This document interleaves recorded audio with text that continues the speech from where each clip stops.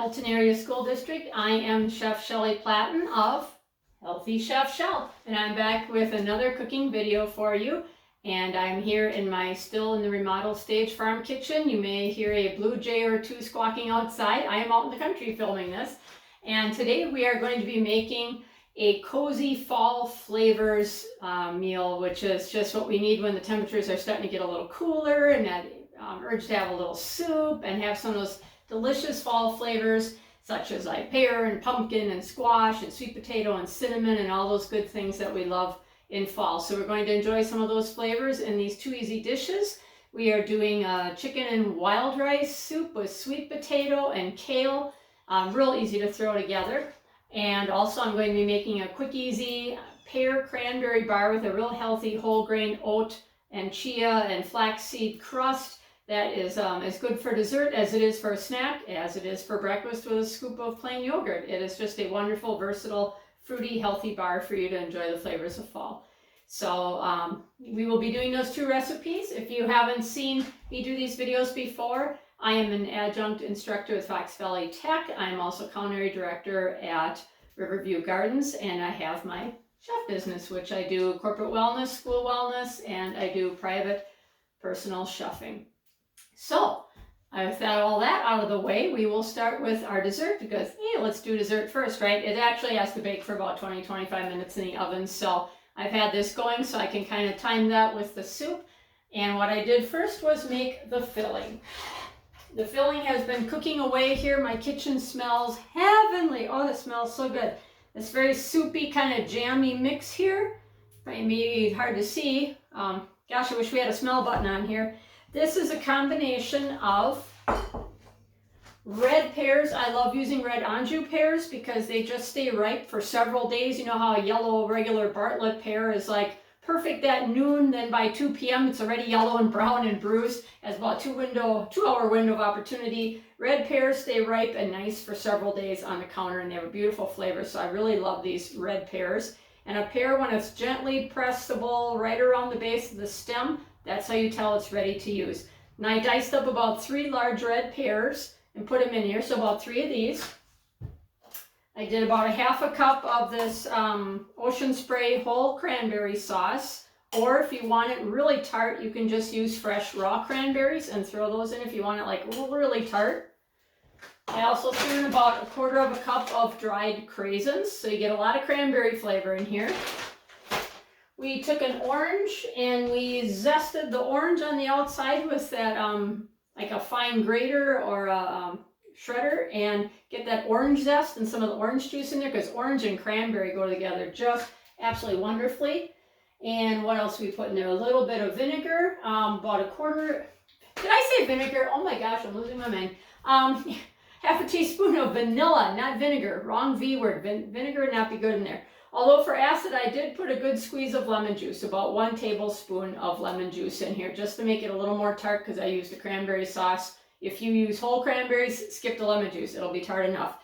But a little bit of vanilla in there just kind of rounds it out nicely. And about 1/4 cup of sugar. And here's a healthy boost as well as the secret thickening ingredient that is going to act kind of like tapioca in there. And that's the chia seeds. If you ever had chia seeds, they're little black like poppy seeds. They're super high in protein, healthy fats, fiber. They're full of all kinds of micronutrients like iron and manganese and things like that. You may have had chia seed pudding. They have an ability to soak up liquid and thicken up things with a gel-like texture. So that's why they're great for adding into a fruit filling like this, because they're nutritious and they thicken it up. So there's 2 tablespoons of chia seed in there. So I cooked that until it was soft. The pears are cooked, it's thickened up a little bit, and it'll thicken more as it bakes. So this is this beautiful orangey, perfumey pear cranberry filling. It smells absolutely wonderful. This would be awesome in and of itself, spooned over hot steel cut oats, or over some frozen vanilla yogurt, or oh gosh, or French toast. It would be a fabulous fall fruit topper. So just keep that filling in mind for other uses. The crust, real easy. We have an 8x8 pan here, and I put a piece of parchment in because it just makes it so much easier to lift it out and clean it and operate with that. We have me grab my recipe here so I get the amounts right here. We have 1 cup of whole wheat pastry flour. I always use Bob's Red Mill whole wheat pastry flour. Super fine, beautiful texture, and it bakes just like white flour. And I have a cup of regular rolled oats. I have 1 tablespoon of ground flaxseed, which is just super high in omega-3s and healthy fats, another great nutritional add-on. We're going to do about a half a teaspoon carefully measured of cinnamon. I'll maybe add just a touch more in my own because I really like cinnamon, so I'm doing more of a 3/4 teaspoon of cinnamon. And we're going to do a little pinch of salt in there. All right, I got a really aggressive salt shaker here on this thing. And we have the whole wheat pastry flour, and we're going to do only about a scant third of a cup of sugar. You can use white or brown sugar. And there's your crust. Stir together those dry ingredients. Oh, this is such a delicious breakfast. I love it cold, love it warm. You can do this with apples too. If you don't want to use pears, use apples. Apple cranberry would be a fabulous combo too, wouldn't it? All right, we got those together. Now we are going to stir in, and I'll start with a spoon, but I'll probably end up using my hands. I'm using melted coconut oil. You could use butter. It's up to you. Every day the science changes on coconut oil. It's still a fat, but maybe you love butter. I just like using coconut oil. It acts like butter. A little bit different nutritional profile on it. And again, you may read an article that says rub coconut oil in your hair, put it on your skin, take your makeup off with it, feed it to your houseplants. And the next article says it's going to kill you. So you got to be a detective and do your own research. If you're really trying to limit fats or the type of fats because of like heart disease or something like that, check with your healthcare provider what fat they feel would be best for you. And look at that. You should have it just moist enough that it'll kind of clump together like that. If it doesn't want to clump together, then add a spoon or 2 of water or milk so it's just moist enough. And here we go. Really easy to throw together, right? Nothing to it. We're going to put the majority of that in there, save about a cup for the topping. The rest of this, we're just going to press firmly down into the bottom to make the crust. You just press that down. You could use a bottom of a drinking glass. I happen to have great big hands, so they work really well for this, big old mitts. Press it down in there. Okay, that is your crust, the base. Now we're going to pour that luscious cranberry pear topping on top of that. And don't worry if it seems a little soupy, it'll set up after it bakes, and it also some of the excess moisture absorbs into the crust. Smooth that out. Can't tell you the difference. Don't skip the orange zest and a little bit of orange juice. The difference is just phenomenal that it makes in the perfumey, beautiful flavor, especially that little vanilla in there. Just outstanding. Dump the rest of that crust, spread it on there. So it's like a crisp. It has the crust, it has the filling. You can see that. I gotta quick turn it back for it tips off.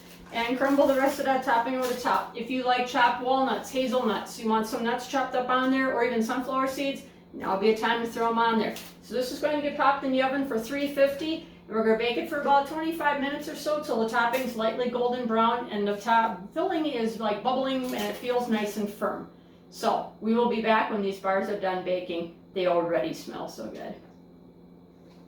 All right, we are back to make a delicious wild rice chicken soup with sweet potato and kale, lots of fall flavors all packed up into there. And this is made really easy by using a boxed wild rice mix. That's going to do a lot of the work for us, making this a really quick, easy weeknight dinner that you can whip up in no time at all. And I have some things prepped ahead here. I have a small white onion cut up and 1 rib of celery sliced. So this is even like a soup starter you can get at, say, Festival or different stores. If you absolutely hate cutting vegetables, can't get yourself to do it, hand is too arthritic, whatever it may be, you don't mind paying a little extra for pre-cut veggies. I know you can always find pre-cut soup veggies, stew veggies, stir-fry veggies at a lot of grocery stores.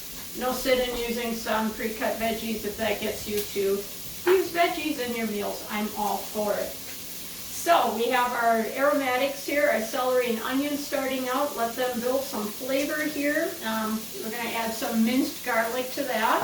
We're also going to add some bell pepper. Now if you have red, green, yellow, orange, whatever flavor bell pepper you have laying around, that's the one to use.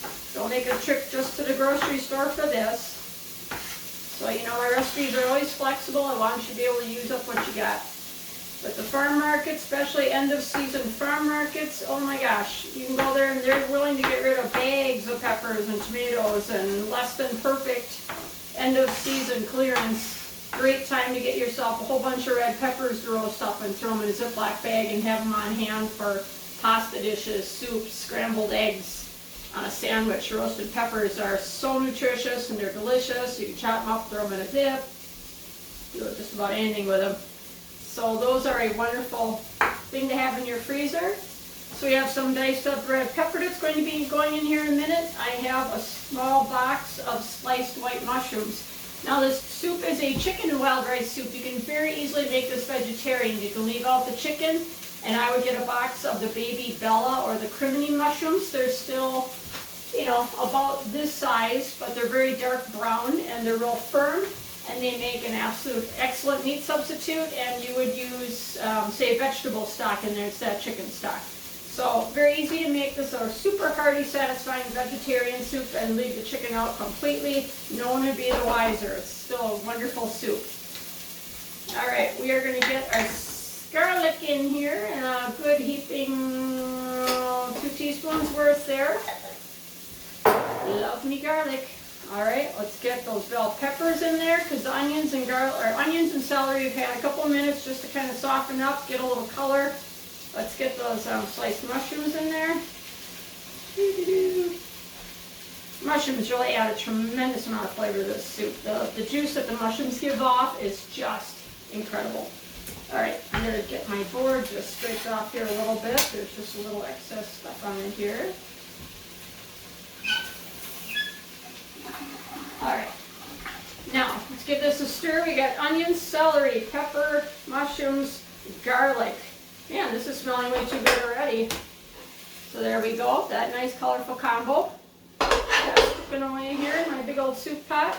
Now you could use sliced carrots, but because it's fall, I said, let's do something a little different. Let's have a sweet potato. So raw sweet potato peeled.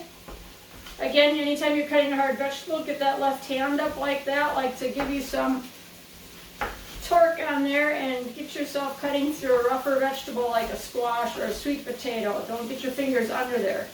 But we're looking for about the size of playing dice, like in a board game. We want that cut up into dice. Again, if you'd rather use carrots, those work fabulous too. So we're looking for about the amount of sweet potato. It's probably a little bit big. A sweet potato the size of, say, a large white baking potato, about that same size. All right, so we got our sweet potatoes here. It's about 1.5 cups worth. Get those cubes of sweet potato in there.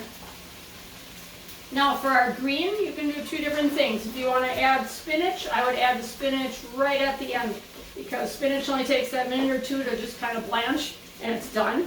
So I would add the spinach right at the end. If you're deciding to use kale, and I am because I have a ton of just beautiful kale in my garden this year, I'm putting kale in now because kale is tougher, much thicker, and takes a longer time to cook. So I would put the kale in now instead of waiting till the end.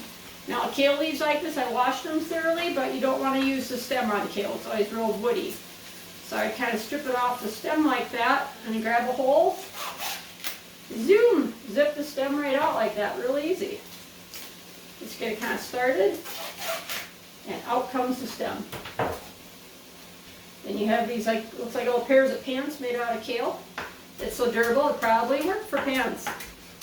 We're going to cut those into smaller bite-sized pieces so we can cut down the length of the leaf here. cut crosswise into pieces. And they will cook down nice and soft in the soup. If you're not a big kale lover, this might be a way to get yourself to try maybe a leaf of kale cut up into a soup, because it cooks down nice and soft. It's not so chewy and leathery and strong smelling. It really mellows out considerably in the soup. So there we go. We can take that kale, throw that in there. Remember, if you're using spinach, save it till the very end, because the spinach is so tender, you just throw it in when the soup is all done.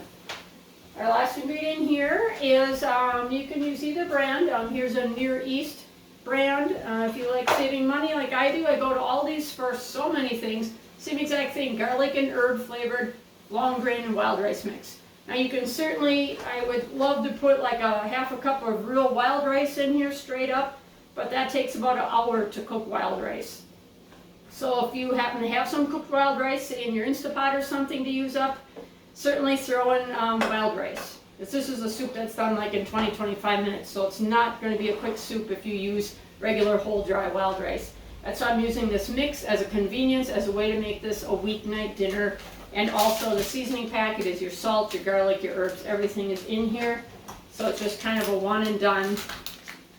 And that's why I'm using this, to show you it's just a different way of getting this soup done. You are certainly welcome to use regular wild rice, which to me would be even better, because I love wild rice and I would just love to have a whole pile of it in here. But it is also very costly.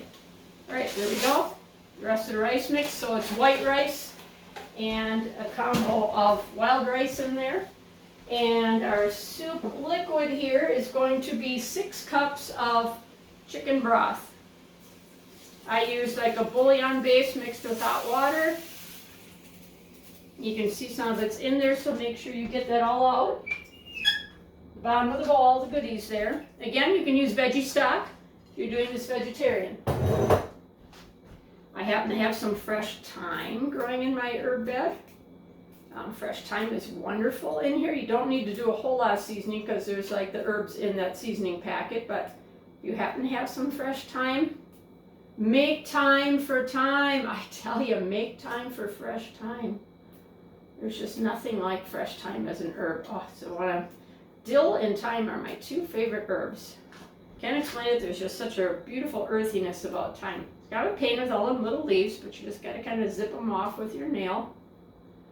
And that's just a little fresh thyme that we're throwing in the soup, because I happen to have some. You don't have any, that's fine. You don't have to run out and buy a $3 package of herbs for that little bit of fresh thyme. You can also use dried thyme. All right. Now we need some time to let this soup cook. We're going to stir everything up good, get that herb blend mixed up in here, and we're going to let this simmer for about 20 minutes. We'll check to see if it's done nicely. And then we're going to throw in the chicken and test it for seasoning. So we'll let this baby cook for about 20 minutes. We'll come back and see how it's doing. See you then. Okay, to wrap up this video, we let the soup cook for about 20-25 minutes. Oh, the smell is heavenly. Just a beautiful, nice, chunky, all that kale cooked nice and soft in there. At this point, you'd throw the spinach in if you're using spinach instead of kale.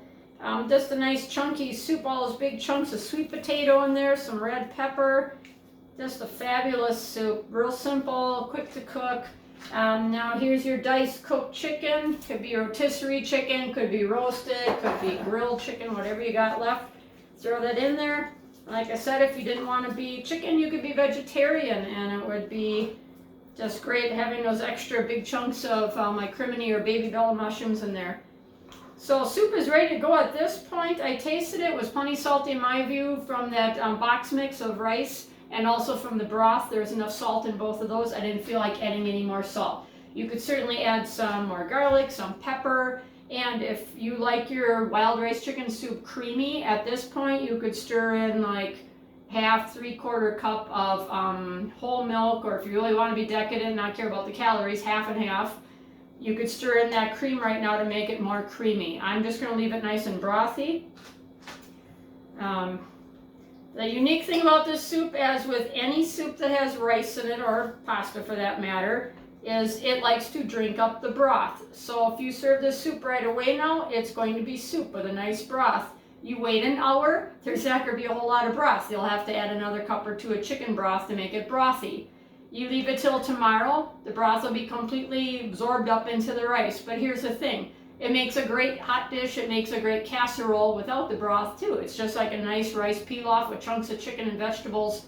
Makes a great dish for your lunch the next day. So if it loses its brothiness, just add more broth, or if you don't mind it getting thick and having that quality of being more like a chunky side dish or casserole, it does double duty, really. So there we go. We have a little fresh, I love putting fresh greens on soup. If you want to add that cream or milk to it, you can. Otherwise, this is just, oh, yummy. Let's grab a spoon here. Beautiful, beautiful, beautiful, healthy soup. So comforting, so warm, so delicious. Hope you can see that without me spilling it on the floor here.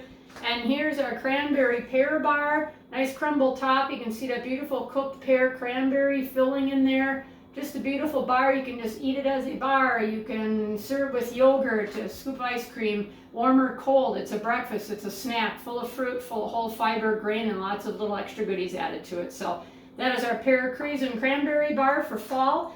Our lovely warm tummy filling soup, chicken and wild rice with a convenience twist to it. So thank you for joining me. I hope these are two dishes you can enjoy with the flavors of fall and the cooler weather. And remember to eat those veggies and stay well. Chef Shelley Platt and Healthy Chef Shell will see you next time.